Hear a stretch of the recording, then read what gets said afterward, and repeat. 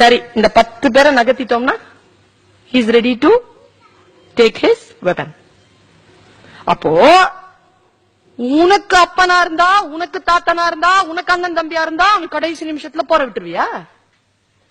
அவங்களெல்லாம் நகர்த்திட்டோம்னா நீ போர் பண்ணிடுவ. அப்படின்னா நீ போர் செய்ய வேண்டும் என்றால், நீ கையில் ஆயுதத்தை எடுக்க வேண்டும் என்றால், முதலில் உன் தகப்பனிலிருந்து தொடங்கு, முதலில் உன் சகோதரர்களிடமிருந்து தொடங்கு. அப்போதுதான் உயிர்த்தன்மை என்றால் என்ன என்று உனக்கு தெரியும் என்று சொல்லுவதற்கான ஞான வாக்கியமாக வந்து சேர்ந்ததுதான் பகவத்கீதை. அடுத்தவர்களுக்கு என்ன வேண்டுமானாலும் நாம் தவறு செய்கிறோம், நம்முடையவர்கள் என்று சொன்னால் மட்டுமே நமக்கு கை கால் நடுங்குகிறது என்றால் மனிதர்களாக வாழ்வதற்கே அர்த்தம் இல்லையே. மானுடம் என்பது எவ்வளவு பெரிய விஷயம் என்று பேசுகிறார்கள். திட்டம் போடுகிறீர்களா? நான் ரொம்ப ஆச்சரியமா பாக்குறேங்க, இந்த சொல்லையே ரொம்ப ஆச்சரியமா பாக்குறேன். 17 வயதிலிருந்து 25 வயசு வரைக்கும் ஒருத்தன் என்ன செய்வானோ வாழ்க்கை முழுக்க அதான் செய்வான். 25 வயசு வரைக்கும் நீங்க உங்களை என்னென்னமோ பண்ணிட்டு நீங்க என்ன செய்யணும்னு முடிவு பண்ணிருங்க. 45 வயசுக்கு வந்த அப்புறமா என்ன செய்யறதுன்னு தெரியல. கல்யாணம் ஆயிடுச்சு, குழந்தைகள் இருக்கு, பேங்க் பேலன்ஸ் இருக்கு, வீடு இருக்கு, எல்லாம் இருக்கு. அடுத்தது என்ன செய்யறதுன்னு தெரியல. இந்த திட்டம் இல்லை நம்மிடத்தில். பொருளாதாரத்தில் ஜெயித்து விட வேண்டும், குடும்பம் என்கின்ற அமைப்பிற்குள் வந்துவிட வேண்டும் என்பதில் தான் நம்முடைய கருத்து இருக்கிறதே தவிர, அது வந்ததற்கு பிறகு என்ன செய்ய வேண்டும் என்று தெரியாமல் இருப்பதனால் தான் தடுமாறுகிறது இந்த சமூகம்.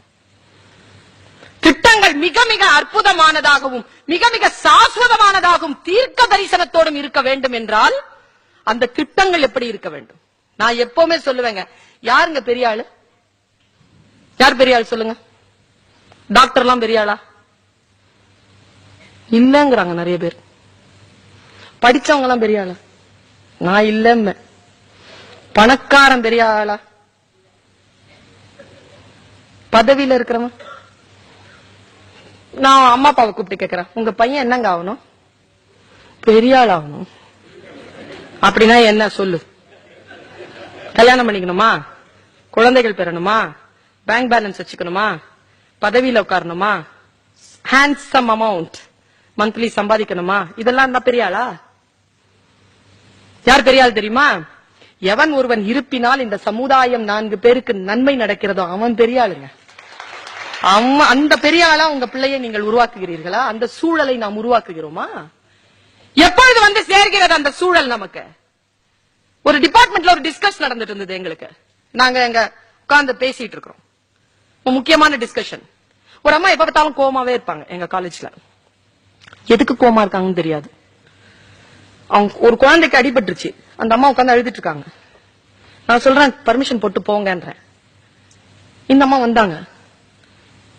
என்ன அவங்க குழந்தைக்கு அடிபடு, என்கிட்ட ஏன் சொல்லல?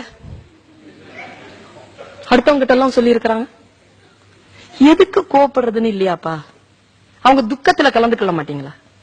இல்ல என்ன வந்து நான் நல்லவதான், ஆனா நான் நல்லவளா இருந்தேன்னா எல்லாரும் என்ன அடிமையா பாக்குறாங்க, அதனால்தான் என் குணம் மாறுது அப்படின்னு. உடனே ஒரு ஜூனியர் மோஸ்ட் ஸ்டாஃப் நான் கிளாஸ்க்கு போகும்போது என் கையை பிடிச்சாங்க. ஏன் பர்வீன் மேம், அந்த மேம் சொன்னாங்களே அது சரியா அப்படின்னு கேட்டாங்க. நான் உங்க சிந்தனைக்காக சொல்கிறேன் இதை. ஏன்னு கேட்டேன்.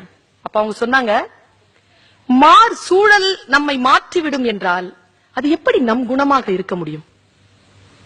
எந்த சூழல் வந்தாலும் என்னுடைய குணத்தில் இருந்து நான் மாற மாட்டேன் என்று நிற்பதற்கு பெயர் தானே எங்க குணம். பூவோடு சேர்ந்த நார் மணக்குங்க, நாரோடு சேர்ந்த பூ நாருமா? நாராதுல்ல. அதற்கு பெயர் தானே குணம். பல நேரங்களில் நாம் திட்டங்களில் தோற்று போகிறோம். எந்த திட்டம் தெரியுமா? மிகப்பெரிய திட்டங்களை வகுத்திருப்பது நம் உறவுகளின் மேல். உறவுகள்ல நம்ம தோத்து போறதுக்கு என்ன காரணம் தெரியுமா? நான் ஒன்று சொல்லுகிறேன். கிருஷ்ணா சார் மீதும் முரளி சார் மீதும் எனக்கு ரொம்ப மரியாதை. அவங்க தாயர் தினத்தை கொண்டாடுவார்கள், தந்தையர் தினத்தையும் கொண்டாடுவார்கள். ஏன்னா தாயை புரிந்து கொள்வதற்கு புத்திசாலித்தனம் தேவை கிடையாது, தந்தையை புரிந்து கொள்வதற்கு புத்திசாலித்தனம் தேவை. அவ்வளவு புத்திசாலி இல்லைன்னா தந்தையை புரிஞ்சுக்க முடியாது யாராலையும். தந்தை மீது பாசம் மரியாதை எல்லாம் வைக்க முடியும், கடவுளுக்கு பயந்து கொஞ்சம் ஹெல்ப் எல்லாம் பண்ண முடியுமே தவிர தந்தையை புரிந்து கொள்வதற்கு ஞானம் இருக்கணும். தாய்க்கெல்லாம் அது வேணாம், அது ஏற்கனவே அது ஞானம் தான். அதெல்லாம் அது பக்கத்திலேயே வராது. அது காம்படிஷனே கிடையாது, அன்கண்டிஷனல். அது தனி. நான் காம்படிஷன்ல நிறுத்தல. இத தந்தையை புரிந்து கொள்வது. பல நேரங்களில் நண்பர்களை புரிஞ்சுக்க முடியலையே, நண்பர்களை புரிந்து கொள்ள முடியவில்லை. நான் ஒரு பஞ்சதந்திர கதை ஒண்ணு படிச்சேன். என்னங்க, நம்ம தேசம் எவ்வளவு ரிச் தேசம் தெரியுமாங்க? எவ்வளவு ரிச் தெரியுமா? ஹெரிடேஜ்ல விட்டுட்டோமேங்க. என்கிட்ட கேக்குறாங்க, நீ ஏன் சீதைய பேசுற, நீ ஏன் கண்ணகி? வேலைய பார்த்துட்டு போ. மதம் எனக்கு 200-300 ஆண்டுகளுக்கு முன்னால் வந்தது. என் கண்ணகியும் சீத்தையும் பல்லாண்டு காலமாக இங்கே வாழக்கூடியவர்கள். அவர்கள் என் பாட்டிகள். இந்த மண்ணினுடைய கதைகள் அதெல்லாம், இந்த மண்ணினுடைய வாழ்க்கை அதெல்லாம் கல்ச்சர். பஞ்சதந்திர கதை ஒன்று படிச்சிருந்தேன். உங்களுடைய வாழ்க்கையில் ஏதேனும் மாற்றம் நிகழ்ந்தால் பார்த்துக் கொள்ளுங்கள். நான் கொஞ்சம் உஷாராயிட்டேன் அதை படிச்சுட்டு. ஒண்ணும் இல்லைங்க, பார்ட்னர்ஷிப்னு ஒண்ணு வருது இல்ல, ஆமைக்கும் முயலுக்குமா?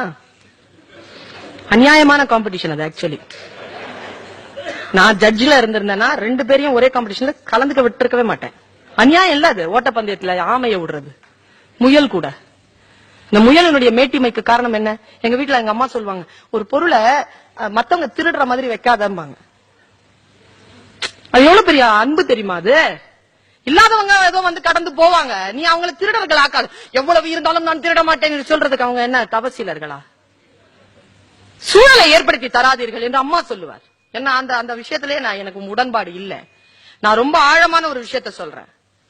ஆனா பார்ட்னர்ஷிப்னு போகும்போது சில நேரங்கள்ல ஒரே இனம் கிடைக்காது, வேற இனத்தை தான் போக வேண்டியிருக்கு. குணத்திலயும் சரி, நீங்க இனம்ன்றது குணத்திலயும் வச்சுக்கலாம். வீட்லயே நிறைய பேர் அப்படி இருப்பாங்க. ஒரு எலிக்கும் ஒரு பூனைக்கும் பார்ட்னர்ஷிப் வந்துருச்சு, பயங்கரமான பார்ட்னர்ஷிப். என்னன்னா அந்த பார்ட்னர்ஷிப் என்னன்னா, நீ எனக்கு ஹெல்ப் பண்ணணும், நான் உனக்கு ஹெல்ப் பண்ணணும், அவ்வளவுதான். ஓகே, நம்ம வீட்லயே நிறைய பேர் இருப்பாங்க அப்படி. அவங்க 2 பேரும் எலியும் புனையமா இருக்காங்க, அவங்க பேர் எலியும் புனையமா இருக்காங்க, சொல்லிக்கிட்டே இருப்பாங்க தெரியுமா? அந்த மாதிரி 2 பேருக்கும் நல்லா போயிட்டு இருந்துச்சுங்க. ஒரு நாள் எலி தேடுது பூனைய. ஆழமான விஷயம் இது.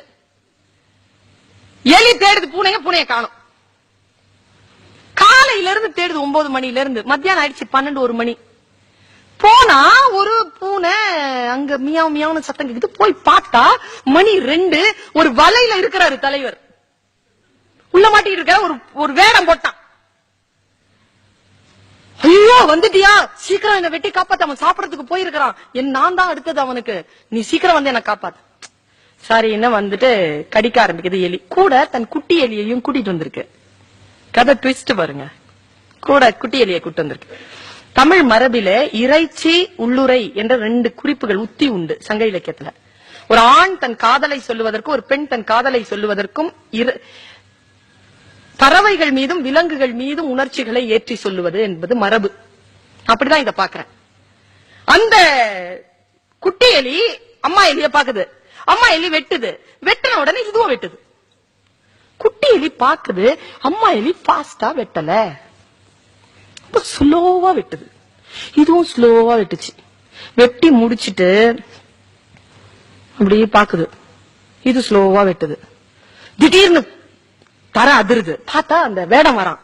வேடம் வந்துட்டான்ற தெரிஞ்ச உடனே இந்த எலி என்ன பண்ணுச்சு, சரையில வெட்டி விட்டுருச்சு. பூனை பாஞ்சு ஓடுறதுக்கும் வேட்டக்காரன் வர்றதுக்கும் இது எலி தன்னுடைய குட்டியோட ஓரமா ஒதுங்குறதுக்கும் சரியா இருந்தது டைமிங். குட்டி எலி இப்ப கேக்குது, ஏமா எலி மாமா உனக்கு ஃப்ரெண்டு தானே, நீ அவன பார்ட்னர்ஷிப்ல தானே இருக்கிறீங்க, பாவம் அது காலையில இருந்து பசியில தவிக்குது, உன்னால இவ்வளவு சீக்கிரம் வெட்ட முடியாது, சீக்கிரமா காப்பாத்தி இருக்கலாம்ல, ஏமா 1.5 மணி நேரம் பண்ண, உனக்கு தான் சீக்கிரம் வெட்ட தெரியும்ல, ஏமா அப்படி பண்ண. குட்டி எலி கிட்ட பெரிய எலி சொல்லிச்சு, அடி போடி பைத்தியம், அது காலையில 5 மணிக்கு சிக்குச்சு, நீ வேற கொழு கொழுன்னு இருக்கிற, நான் வேற இருக்கிறேன், எனக்கு பூனையை காப்பாத்தணுமே தவிர நம்மை பலி கொடுப்பதற்கு நான் தயாராக இல்லை என்று சொன்னது பூனை. பல நேரங்களில் நாம் உறவுகளை காப்பாற்றுகிறோம் என்று சொல்லிக்கொண்டு நம்மை பலியிட்டு விடுகிறோம். நாம் அங்கே அவசியமே இல்லை.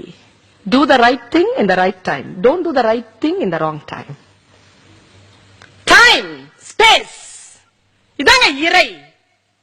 நாம் சரியாக நம்மை பார்த்துக் கொள்வது, இந்த சமூகத்தை வளர்ப்பதற்காக, நம்மை நாமே சிறப்பு செய்து கொள்வதற்காக, நாம் பலியாகாமல் நம்மை காப்பாற்ற வேண்டும், நம்மை சுற்றி இருக்கின்றவர்களும் நன்றாக இருக்க வேண்டும் என்று நினைக்கின்ற திட்டங்கள் தான் நமக்கு இன்றைக்கு தேவை. அது ரொம்ப இமோஷனல் இன்டெலிஜென்ஸ்